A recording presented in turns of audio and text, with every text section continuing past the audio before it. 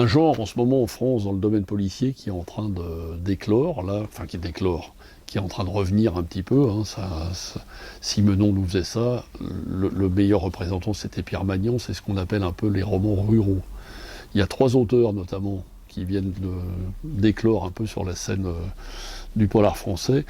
Et les 3 seront présents à Saint-Maur-en-Poche. Hein.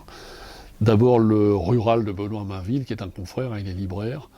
Si vous voulez une référence un peu cinématographique, ça se passe de nos jours, mais avec des réminiscences sur leur enfance. Donc c'est un peu le lien de tous ces livres, c'est à la fois ça se passe de nos jours, dans des ruralités françaises un peu désertes et un peu exsangues, comme ça peut l'être dans certains quartiers, et en même temps des réminiscences sur leur enfance dans les années 70. C'est tout à fait le style, et si je voulais donc une petite comparaison cinématographique pour ceux qui s'en souviennent, ça ressemblait un peu au film L'été en pente douce avec Bacri, la regrettée Pauline Lafont et le regretté également Jacques Villeray. C'est tout à fait cette ambiance-là, un peu des gens un peu déglingués dans des garages et tout ça, des années 70 avec des bandes et tout ça, des gens un peu bizarres, avec une ruralité qui s'est transformée, les villages sont un peu abandonnés, tout ça.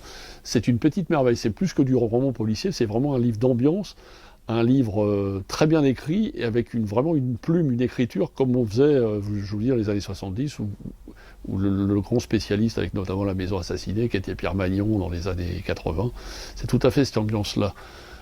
Rural noir en série noire chez Gallimard, Benoît Mainville sera présent à Saint-Maur-en-Poche.